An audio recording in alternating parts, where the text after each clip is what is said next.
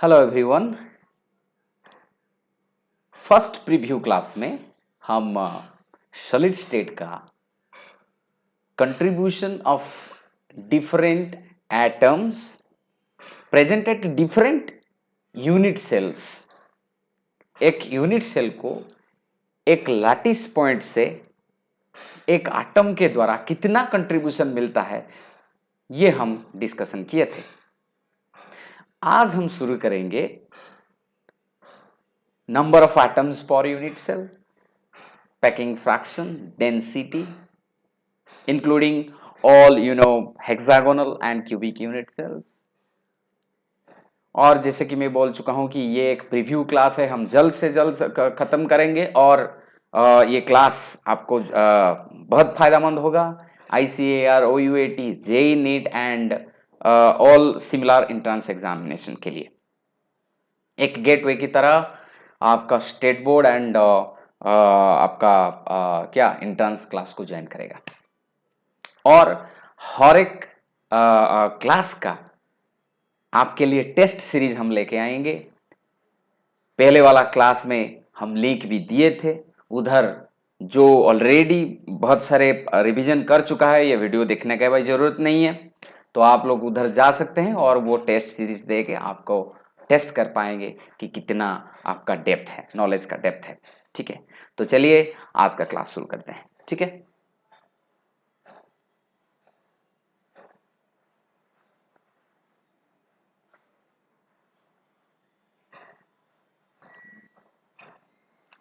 so we have already discussed that the contribution of atoms from different lattice point from the unit cell, to the unit cell. Okay, so as we know from a kernel, an atom contributes 1 by 8, and if we'll consider cubic and simple cubic unit cell, so simple cubic unit cell में और primitive unit cell में 8 colonel रहते हैं, तो 8 into 1 by 8, 8 into 1 by 8, simple cubic में number of atoms रहेगा 1। अगर हम बॉडी सेंटर जाएंगे, चलिए फर्स्ट करते हैं, आपको ये सब पता है। बॉडी सेंटर में 8 कर्नल्स है और पूरा वो जो यूनिट सेल है body centre cubic unit cell, उधर ठीक है, उधर एक यूनिट सेल का सेंटर में एटम रहता है जो अदर कोई भी यूनिट सेल में वो डिवाइड नहीं होता, कंट्रीब्यूट नहीं होता, तो इसीलिए वो पूरा का पूरा वो यूनिट सेल को मिलता है, वो एक है और 8 इंटू 1 बाई 8 एक है, सो एक एक मिलके body centre cubic unit cell के लिए 2। Face centre cubic unit cell में 8 कर्नल रहता है, 8 इंटू 1 बाई 8, एंड हर एक फेस से हाफ करके कंट्रीब्यूट मिलता है, 6 फेस है, सो कुल मिला के होते हैं 4। हेक्सागोनल यूनिट सेल में 12 कर्नल होते हैं, जैसे कि हमको पता है हेक्सागोनल यूनिट सेल में ईच कर्नल से 1 बाई 6 कंट्रीब्यूट होता है और 12 कर्नल से 12 इंटू 1 बाई 6 कंट्रीब्यूट होता है। ठीक है, 12 इंटू 1 बाई 6, सो प्लस जो मिडिल लेयर में है वो है 3, सो कुल मिला के आपको मिलता है, हाँ, एक जो top face and bottom face से, दो फेस में दो एटम्स रहते हैं लेकिन कंट्रीब्यूट करते हैं half, so 12 into 1 by 6 plus 3 from the middle layer and 2 into half 1 from the two face centre atoms, in total you are getting 6 in hexagonal unit cells। so let us go to the next। इधर हम discussion करेंगे कैसे edge length, nearest neighbouring distance and radius of atom में क्या relationship रहता है, both hexagonal and cubic के लिए हम देखेंगे। कोई भी यूनिट सेल हो, D is equal to 2R तय है, D is equal to 2R for all type of unit cell, क्योंकि D है nearest neighbouring distance. Close approximation में दो एटम जब पास पास रहते हैं, वो दोनों एटम का nuclear distance, inter nuclear distance को हम D बोलते हैं। इसका मतलब क्या हुआ, दो एटम के जो न्यूक्लियस को जो जोड़ता है इमेजिनरी लाइन, वो RR2R होता है। ठीक है, फिर सिंपल क्यूबिक में जैसे कि हम कैलकुलेट कर रहे थे, A इज इक्वल टू, पूरा वीडियो देखने के लिए ये भी पूरा अच्छे तरह से मैनुअली कैसे यूनिट सेल निकलता है, कैसे कैलकुलेशंस होता है, कैसे पैकिंग फ्रैक्शन होता है, हर एक चीज को बहुत बढ़िया सा मॉडल को लेके, मैनुअल मॉडल, वेरी सिंपल सा मॉडल लेके समझा दिया गया है। Various videos in my channel, you may go through them in case it is needed, और otherwise it's okay. Simple cubic में क्या होता है, ए इज इक्वल टू 2r। बड़ी सेंटर्ड क्यूबिक में क्या होता है, √3a is equal to 4r। √3a मतलब बॉडी डायगोनल में जो जाता है, और फेस सेंटर्ड क्यूबिक में फेस डायगोनल में √2a is equal to 4r and d is equal to 2r, hence 4r is equal to 2d। In case of अगर हम जाएंगे हेक्सागोनल यूनिट सेल, जिधर हम हमारा कैलकुलेशन में हम 2 पार्ट्स किए थे, पूरा हाइट जो c था वो c को हम 2 पार्ट्स में डिवाइड किए थे। हर एक पार्ट एक टेट्राहेड्रन दे रहा था। वो टेट्राहेड्रन का हाइट था, वो भूल में इधर लिखा हो गया है ऑक्टाहेड्रन, वो एक्चुअली है टेट्राहेड्रन। टेट्राहेड्रन, ठीक है। So c is equal to height of unit cell. वो हाइट होता है क्या, जो तो दो टेट्राहेड्रन था उनका 2 गुना होता है, और जिसको हम कैलकुलेशन किए थे वो भी अच्छे तरह से कैलकुलेशन हुआ है हमारे वीडियो में। अगर आपको चाहिए तो आप उधर जाके देख सकते हैं। 4√2r/√3। और हमेशा a is equal to, sorry, for hexagonal unit cell उसका तो हमको पता है a is equal to b not equal to c। c का तो हम with respect to radius of atom ये डिस्कशन कर लिए, c is equal to this much. लेकिन a एंड b उसका समान रहता है, और जैसे कि हम बोल रहे थे, हर एक जो साइड है a एंड b, इसको मतलब हम बोल सकते हैं कि 2r मिलके वो होता है, ठीक है। ये है आपका edge length, nearest neighbouring distance and radius of atom relationship. So let's go to next. हम इधर देखेंगे radius, nearest neighbouring distance and edge length का रिलेशनशिप के बाद जो वेरी इंपॉर्टेंट होता है towards the calculation of packing fraction and packing efficiency, उधर हमको ये वॉल्यूम वाला कैलकुलेशन चाहिए। सिंपल क्यूबिक का होगा तो वॉल्यूम क्या है, क्यूबिक का मतलब ए क्यूब, क्यूबिक का वॉल्यूम क्या होता है, ए क्यूब। सो सिंपल क्यूबिक अगर ए है तो इसका ए क्यू कैसे बनेगा, ए इज इक्वल टू 2r, हम ऑलरेडी देख शो कर चुके हैं। सो 8r क्यूब। इन वीसीसी हमको पता था √3 is equal to 4r। So A cube, if √3 is equal to 4r, A will be 4r/√3, इसका क्यूब।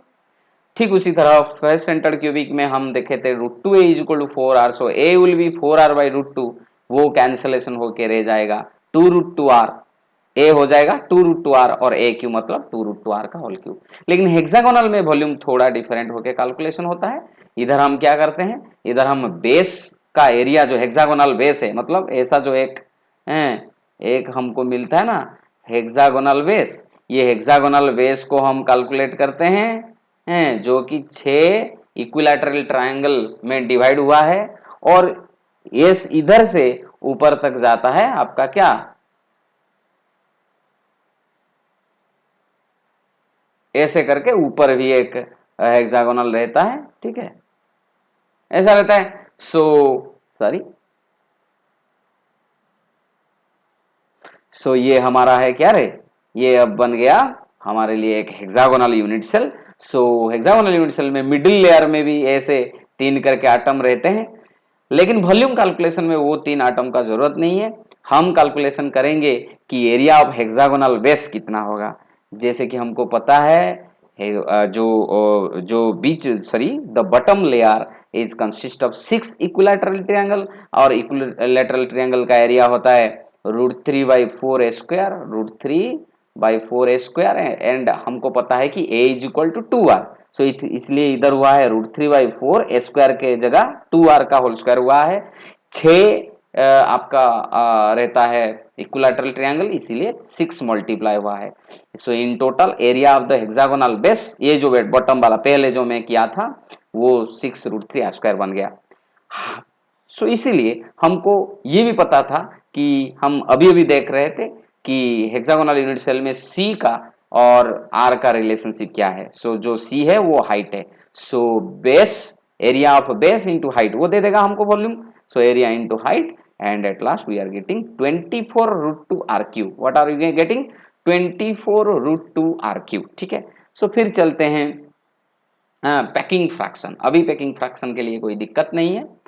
पूरा एक यूनिट सेल का पूरा वॉल्यूम का, एक एक कुछ भी यूनिट सेल हो, वो पूरा यूनिट सेल का जो टोटल वॉल्यूम है उसमें से कितना वॉल्यूम एटम्स के द्वारा फिल हुआ है, एटम्स का द्वारा कवर हुआ है, इसको हम बोलते हैं पैकिंग फ्रैक्शन। और पैकिंग फ्रैक्शन में 100 मल्टीप्लाई करने से मिलता है पैकिंग एफिशिएंसी, और उससे हम निकाल सकते हैं वैकेंट स्पेस क्या है।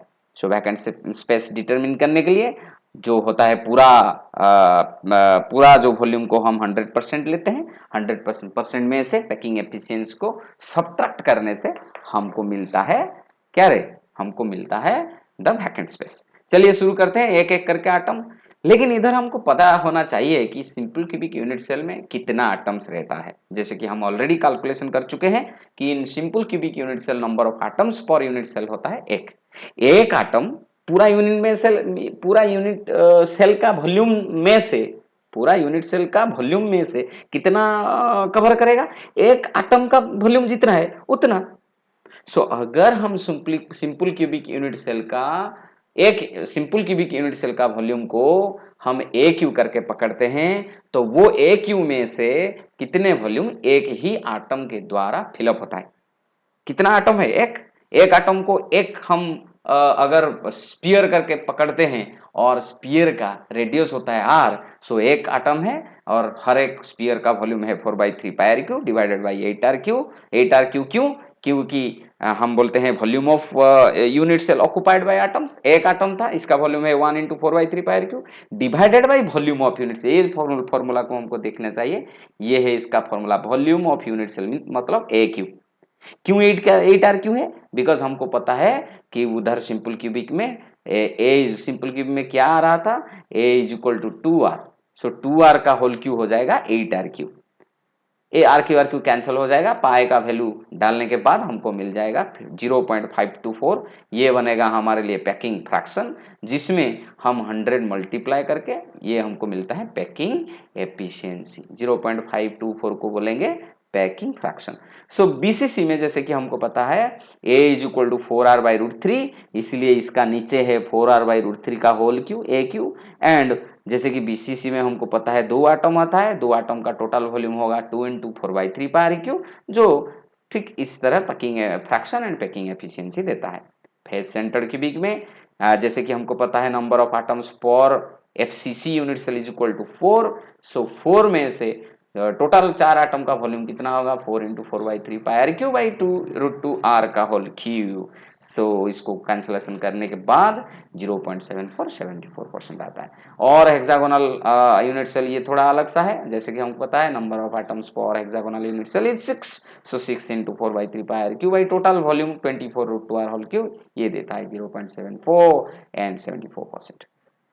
For your kind information, dear students, you have here the packing efficiency in case of FCC and packing efficiency in case of hexagonal close pack are coming same। हम जब देखेंगे क्लोज पैकिंग इन सॉलिड, जो cubic close pack आता है CCP, CCP में जो unit cell है वो क्या है, फेस सेंटर क्यूबिक। जिधर हमको मिलेगा सीसीपी या क्यूबिक क्लोज पैक, या फिर इसको बोलेंगे एबीसी टाइप पैकिंग, आगे जाके हम देखेंगे एबीसी टाइप पैकिंग, उधर पैकिंग एफिशिएंसी आएगा 74%, क्योंकि एबीसी में आपका सीसीपी में आपका एफसीसी यूनिट सेल है। और हेक्सागोनल क्लोज पैक जिसको हम बोलते हैं एचसीपी, और एचसीपी में हेक्सागोनल यूनिट सेल है, और उधर देखेंगे हेक्सागोनल यूनिट सेल में एचसीपी जिसको हम बोलते हैं एबी टाइप पैकिंग, आगे जाके देखेंगे उधर 74% पैकिंग है। ठीक है, दोनों का सेम होता है और दोनों का कोऑर्डिनेशन नंबर भी 12 होता है। ये सब चीजें हम देखेंगे जाके। फिर हम देखेंगे कि पैकिंग। ठीक है, सो जो पैकिंग है, हम तो पहले ये दिखा देना चाहिए कि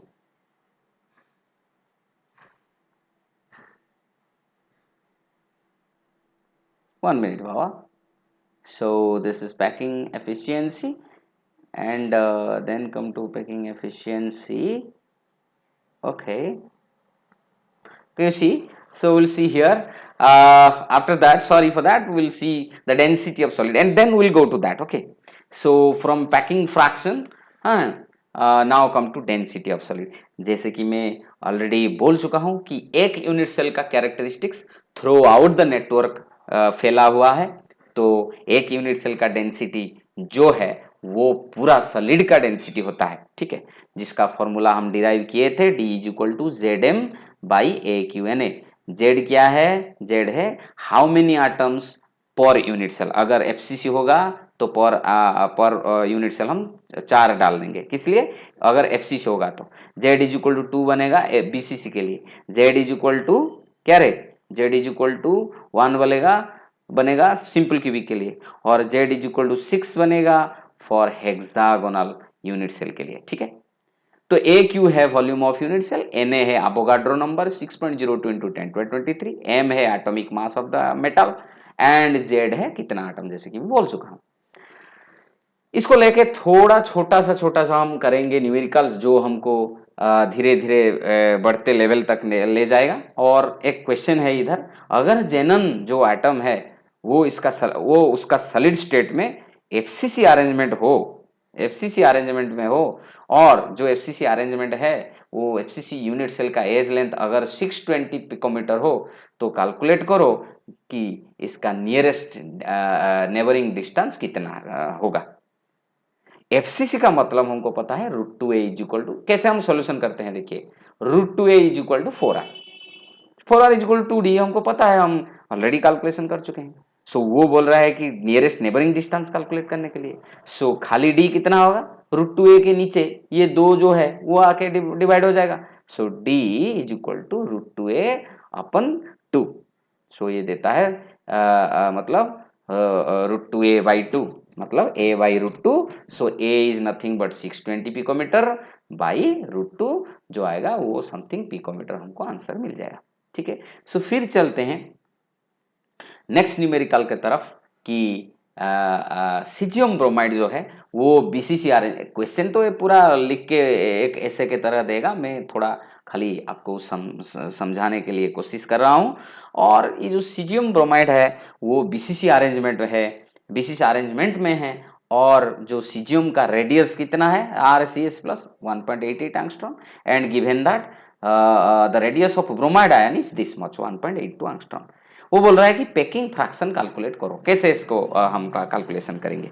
देखिए जैसे कि हम बोल चुके हैं कि पैकिंग फ्रैक्शन का मतलब होता है पूरा एक यूनिट सेल का टोटल वॉल्यूम में से कितना वॉल्यूम एटम्स या आयंस के द्वारा कवर हुआ है।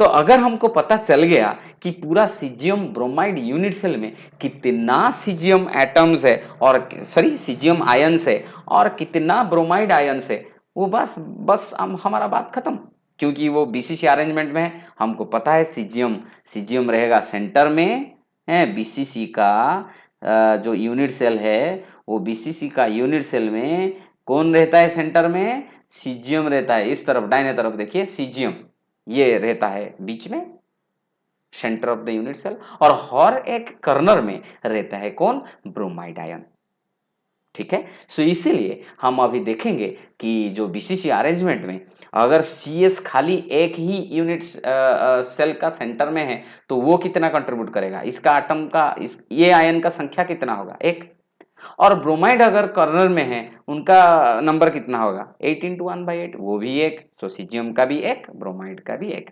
अगर सीजियम का रेडियस हमको दिया है तो इसका वॉल्यूम हम डिटरमिन कर पाएंगे, और अगर ब्रोमाइड का भी हमको दिया है तो उधर से हम ब्रोमाइड का वॉल्यूम डिटरमिन कर पाएंगे।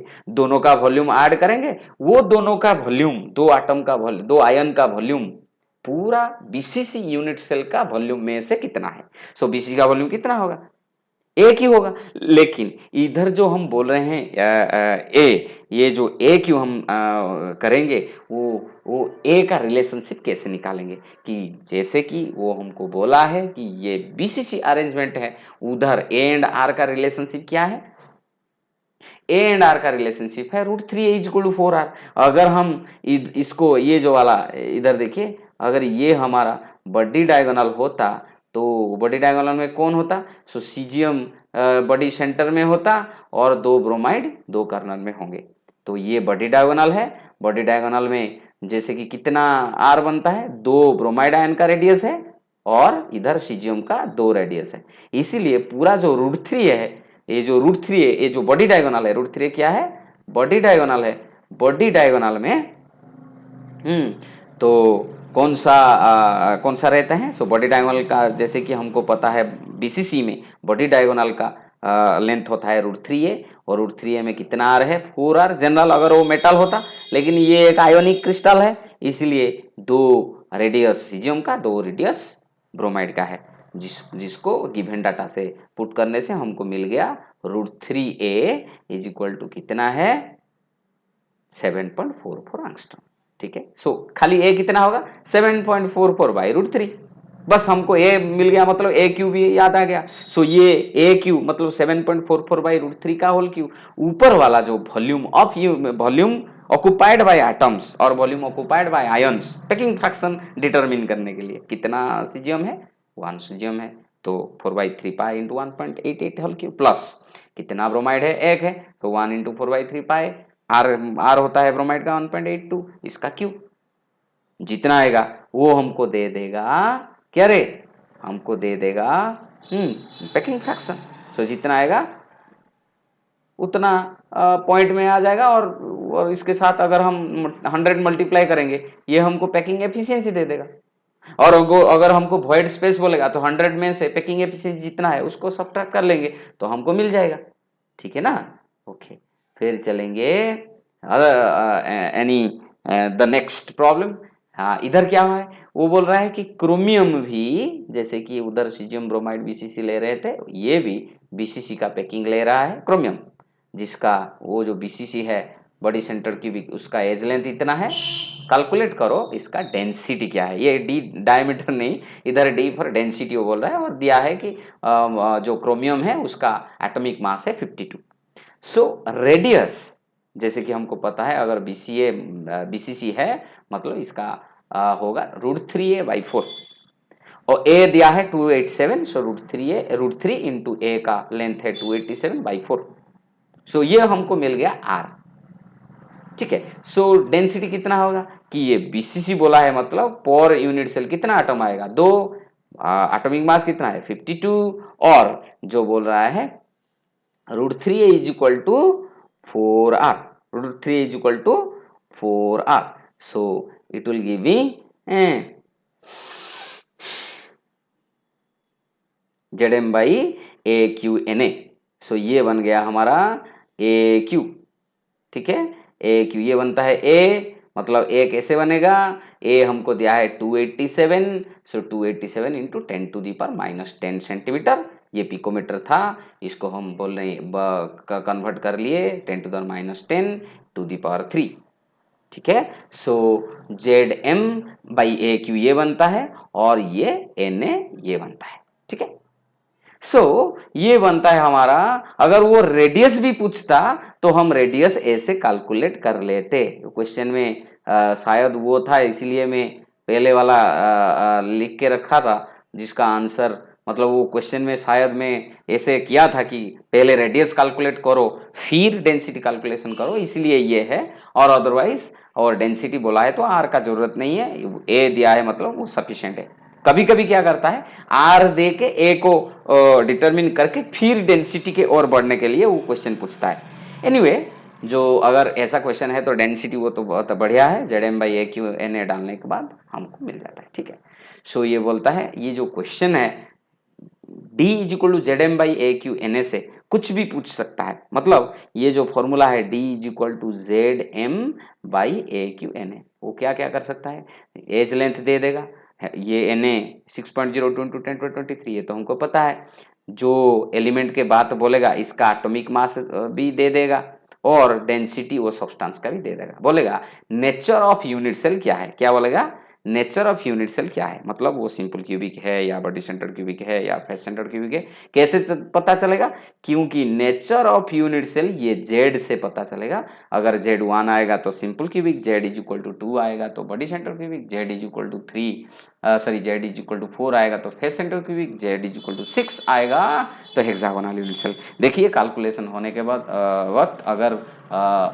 नियर टू एनी इंटीजर आ रहा है, जैसे कि 2.99 इसको पकड़ना है 3, और आ रहा है 5.99 इसको पकड़ना है 6, अगर आ रहा है 3.99 इसको पकड़ना है 4, ऐसे करके हम nature of the unit cell बोल सकते हैं।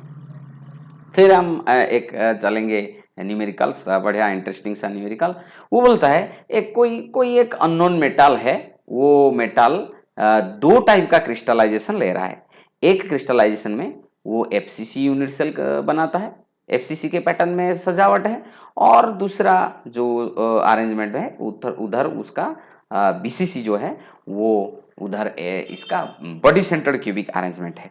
जब वो मेटल एफसीसी के टाइप का अरेंजमेंट में है, उधर एज लेंथ होता है 3.5 एंगस्ट्रॉम, और जब वो यानी बीसीसी बॉडी सेंटर्ड क्यूबिक का अरेंजमेंट में है तो उधर ए बनता है 3.0 एंगस्ट्रॉम। ठीक है। सो बोलता है कि ratio of density of FCC and BCC, जब एफसीसी में है उधर कितना होता है डेंसिटी, जब बीसीसी है उधर कितना होता है डेंसिटी, उसका रेशियो कितना है वो पूछता है। फॉर्मूला है हमारे लिए D is equal to Z M by A Q n. So दो केस लेंगे, अगर D को हम D1 पकड़ेंगे कि Z के जगह हम 4 लिख रहे हैं, क्योंकि जब हम इसका डेंसिटी को D1 और BCC में डेंसिटी को D2 करके लिख रहे हैं, और जब FCC है, FCC में number of atoms per unit cell Z कितना आता है 4, और BCC में number of atoms per unit cell कितना होता है Z इज इक्वल टू 2। इसीलिए D1 ऊपर वाला, D2 नीचे वाला, D1 ऊपर वाला, Z M by A Q N A अगर डालेंगे तो जेड की जगह हम डाल रहे हैं 4, एम यानी वही मेटल है, मेटल का मॉलिक्यूलर मास या एटॉमिक मास चेंज नहीं होता, इसलिए 4 into M by A cube, मतलब ए है 3.5, इसका क्यूब 3.5 को एंगस्ट्रॉम से सेंटीमीटर चेंज करने के लिए 10⁻⁸ का cube, and N A M and N A को हमारा कोई दिक्कत नहीं, वो कैंसल आउट हो जाएंगे, और कैंसल आउट हो जाने के बाद, हो जाने के बाद 2 इंटू एम, नीचे हम लिख रहे हैं 2 इंटू एम क्योंकि बीसीसी है, number of atoms per unit cell 2 into atomic mass by इधर ए है 3 angstrom, so 3 into 10⁻⁸ whole cube into N A. Cancellation के बाद एक रेशियो आ जाएगा, ये रेशियो आपको आपको प्रॉपर आंसर दे देगा। ठीक है। फिर हम चलेंगे, ये है हमारे लिए, हम फिर नेक्स्ट क्लास में पढ़ेंगे बाबा क्लोज पैकिंग के बाद। ऐसे थोड़ा थोड़ा न्यूमेरिकल करने से आपका कंसेप्ट एंड डेप्थ बढ़िया आ जाएगा। Hope you like the class, kindly share to other students, help me to prepare such video or suggest me again and again. I'm saying whatever video I can make for you, and for your information I'm saying I'll again put in the description section the links for the mock test series।